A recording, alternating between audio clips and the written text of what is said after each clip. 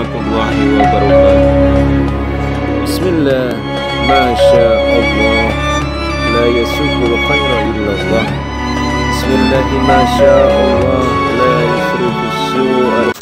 Hari ini UJN TV berkunjung ke rumah salah satu aktivis dakwah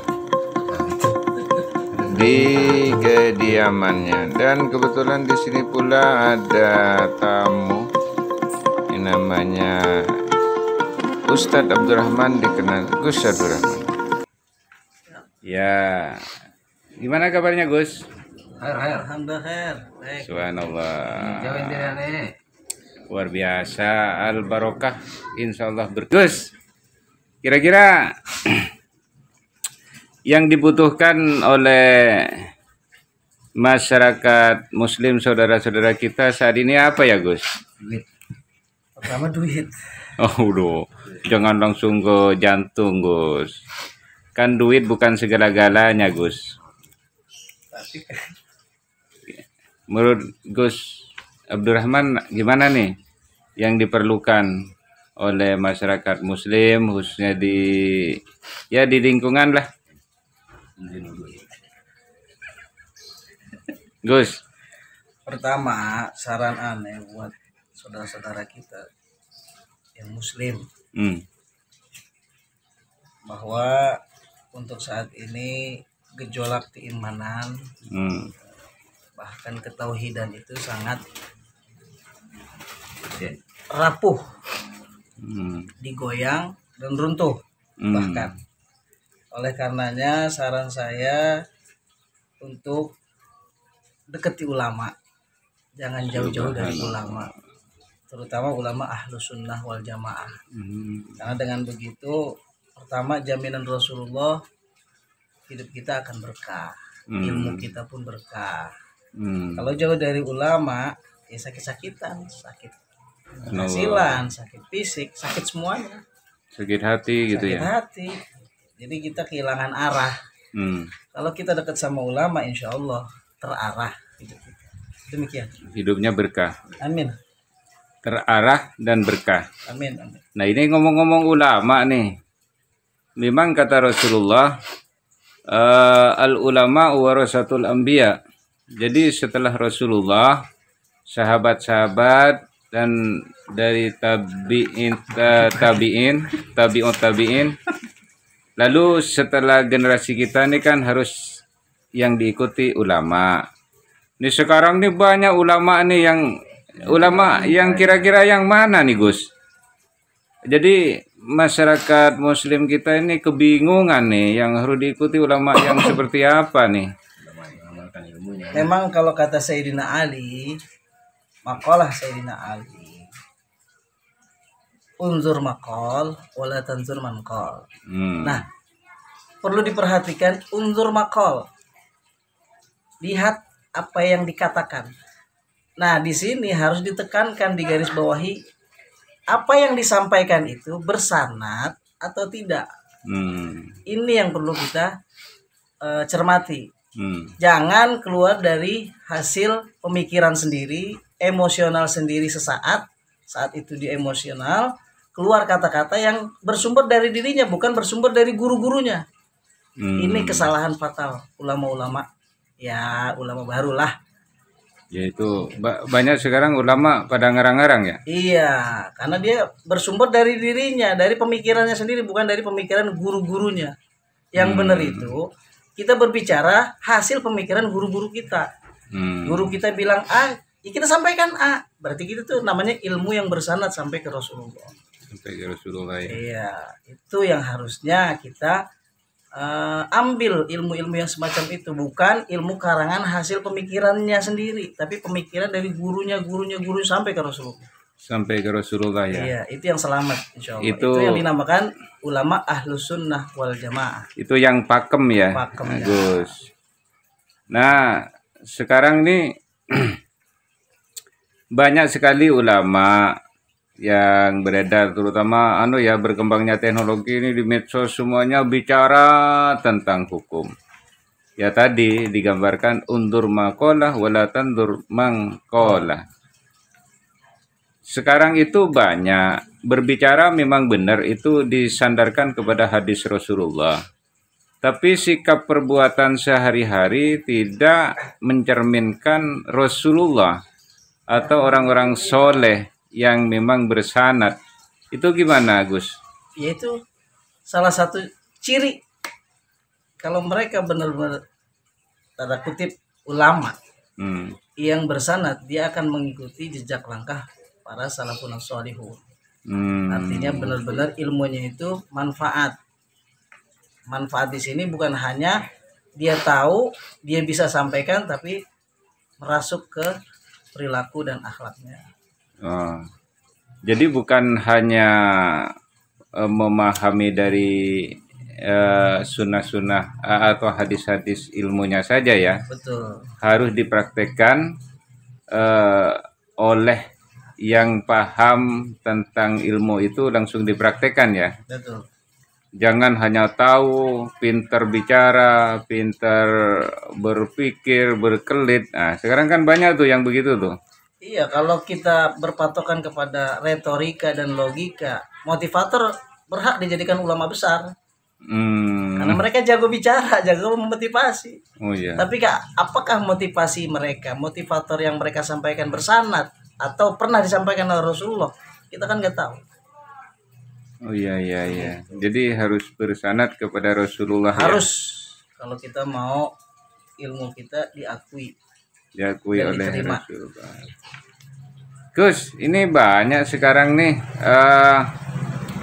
yang oleh sekelompok orang mengatakan ini bid'ah lah, itu nggak bener lah, itu nggak ada diajarkan oleh Rasulullah lah, gitu ya. Contoh barangkali ya, macam maulid, tahlil, ziarah kubur, itu katanya haram. Itu bahkan dikatakan itu perbuatan orang kafir. Itu kan sangat ini sekali ya. Bahkan terakhir itu dikatakan masuk neraka orang yang melakukan seperti itu. Menurut Gus gimana tuh? Iya, memang kejadian tersebut bukan hanya sekarang. Bahkan dari zamannya ulama-ulama kita dulu pun itu sudah digaung-gaungkan. Dan saat ini gaungnya itu lebih kencang. Karena memang mungkin menurut mereka sudah saatnya mereka menggemboskan habis-habisan aliran paham yang mereka anggap tidak benar, yang selama ini kita pahami. Paham Ahlus Sunnah wal Jamaah memang sudah digariskan oleh Rasulullah. Nanti di akhir zaman kan ada beberapa firqah, hanya satu yang diterima, yang selamat, yang masuk surga, Ahlus Sunnah wal Jamaah. Tapi kan kita lihat lagi ciri dan manhaj thariqah Ahlus Sunnah wal Jamaah, pemahaman Ahlus Sunnah wal Jamaah yang bagaimana, yang sesuai dengan yang Nabi gariskan, yang Nabi turunkan. Nah, kalau kita lihat Rasulullah berjuang harta, nyawa, waktu untuk mengislamkan orang, bukan mengkafirkan orang. Loh, kok ini saudaranya sendiri dikafirkan? Logikanya di mana? Itu aja sederhana. Sekarang malah mengkafir-kafirkan ya. Iya, Rasulullah berjuang untuk mengislamkan. Untuk mengislamkan. Sekarang malah mengkafirkan, bukan mengislamkan. Iya, itu aja logika sederhana. Nah, persoalannya begini, Gus. Orang yang begitu dia yang merasa dirinya paling Ahlus Sunnah wal Jamaah, gimana itu Gus tanggapannya Gus? Ya udah nggak benar kalau merasa. Nah itu yang sekarang terjadi seperti itu salah itu. Yang ngikuti manhaj Rasulullah, yang mengikuti sunnah itu ini nih. Banyak yang begitu tuh Gus. Ini kasihan umat ya yang sudah istiqomah menjalankan apa yang dianjurkan oleh Rasulullah gitu ya.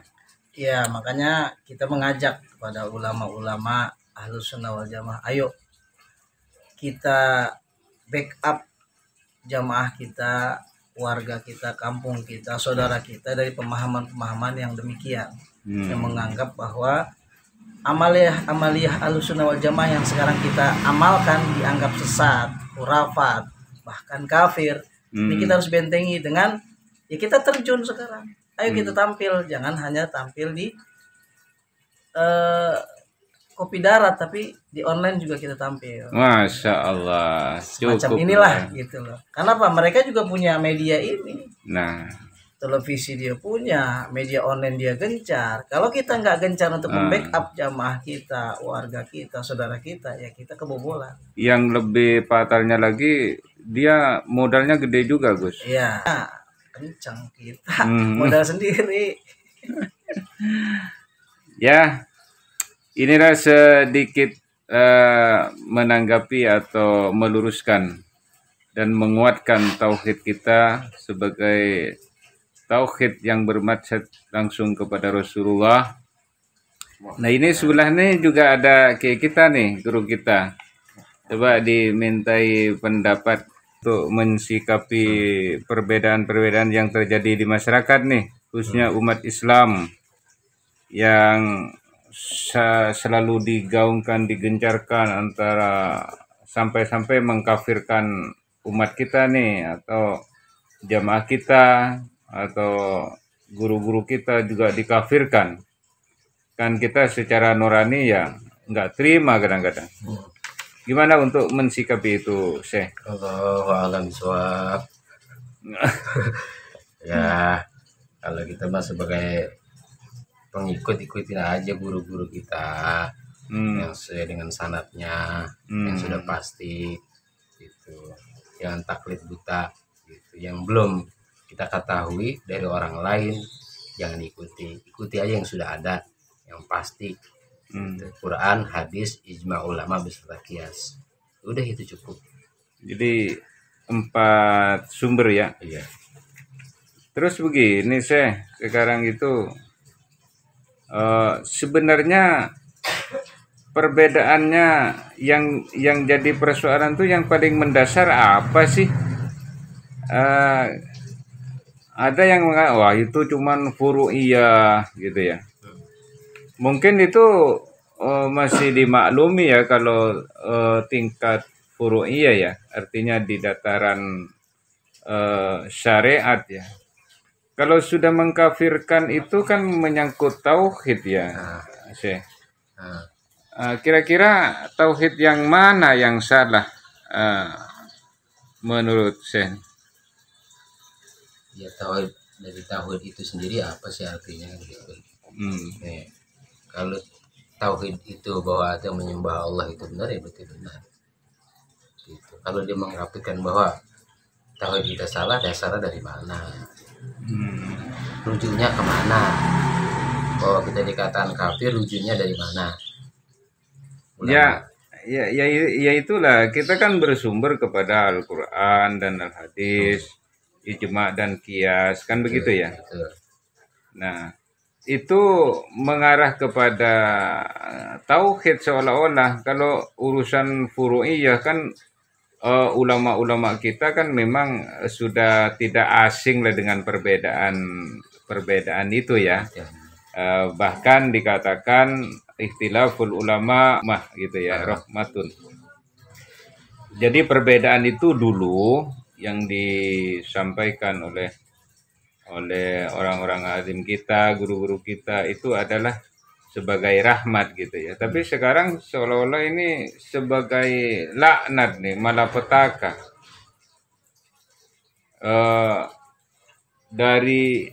Dari pandangan sedikit saya perhatiin, jangan-jangan ini sudah menyangkut tauhid gitu ya. Yang diketahui oleh saya kira-kira ada nggak yang mengarah ke sana? Allahu a'lam bishawab. Masya Allah. Jadi kadang-kadang begini memang Tuhannya sama-sama Allah, nabinya sama-sama Rasulullah, kitabnya sama-sama Al-Quran, kan kira-kira begitu ya. Jadi 3 item itu memang sudah benar bagi mereka. Bagi kita juga memahami hal itu gitu ya.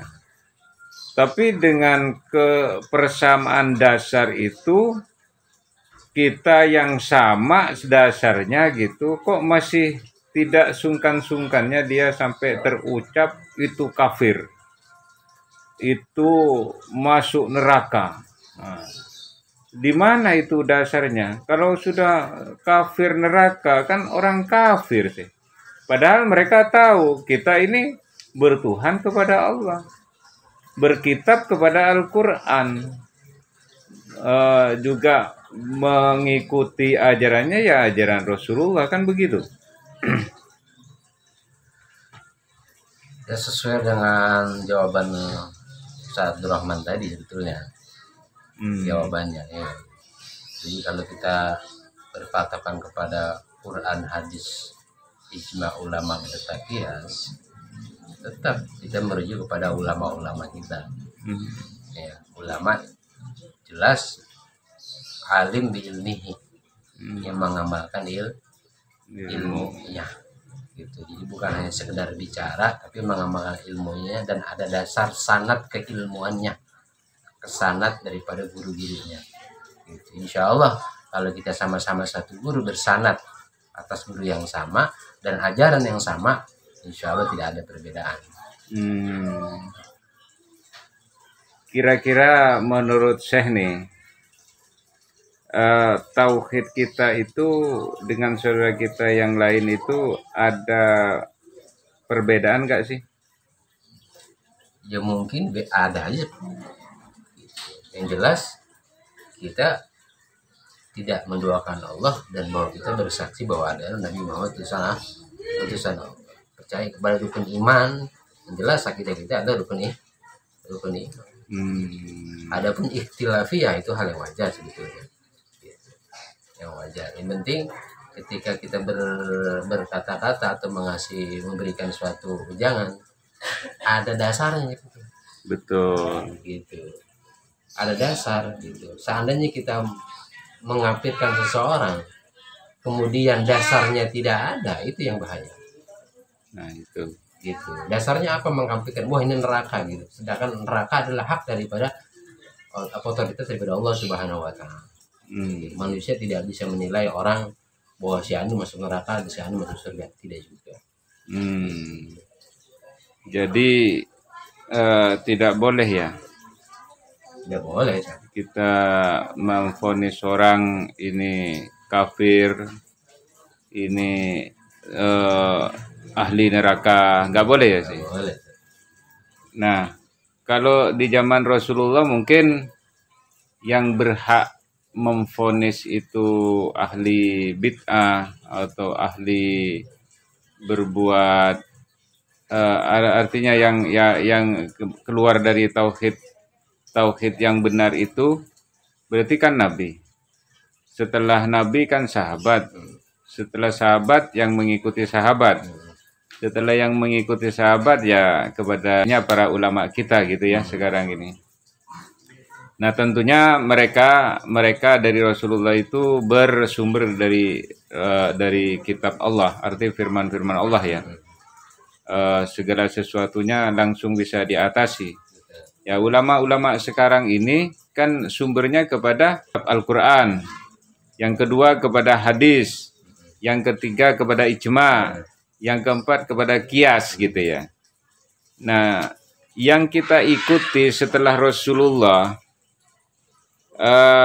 madhab tauhid kita kan bagi mereka yang tidak mengikuti mereka tuh apalah namanya, yang tidak mengikuti mereka itu kafir, bahkan dianggap bodoh gitu. Kalau pernak-pernik yang lain kan dataran furu'iyah nih, dia mengharamkan tahlil, mengharamkan yasinan, mengharumkan ziarah kubur. Itu kan pernak-pernik yang di bawah. Kalau itu kan sudah terbiasa kita dengan perbedaan itu ya. Tidak biasa itu yang menyangkut tauhid. Nah ini yang diobrak-obrik nih sekarang nih. Kalau bahwa sifat 20 itu disalahkan dengan mereka, ya seharusnya dikaji ulang lagi. Ya, dengan asal muasal dari kalimat dua kalimat syahadat itu dari mana? Apakah dua kalimat syahadat terbentuk begitu saja? bahkan itu mengandung daripada sifat 20. Syahadat, kenapa dibilang syahadatain? Karena ada 2 syahadat. Pertama syahadat uluhiyah, yang kedua syahadat nabawiyah. Syahadat uluhiyah, syahadat ketuhanan, artinya asyhadu alla ilaha illallah. Syahadat nabawiyah, wa asyhadu anna Muhammad dan Rasulullah. Apakah begitu saja terbentuk kita? Kalau kita gali tersebut ada sifat-sifat daripada sifat Allah dan sifat daripada sifat Rasul. Kalau misalnya sifat 20 disalahkan,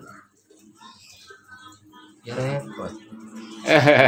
Ya, wujud tidak bako dan lainnya, sifat jaiznya Allah yang mustahil bagi Allah, yang wajib bagi Rasul dan yang mustahil bagi Rasul. Setelah terbentuk daripada sifat 20 itu dan kemudian lawan daripada sifat tersebut, maka terbentuklah kalimat 2 syahadat. Kalimat syahadat itu. Kalau seandainya sifat 20 disalahkan, repot. Jadi seharusnya jangan mudah menyalahkannya atau jangan mudah mengkafirkan orang. Jangan sampai ungkapan kafir itu yang disangkakan kepada orang kembali kepada dirinya. Assalamualaikum.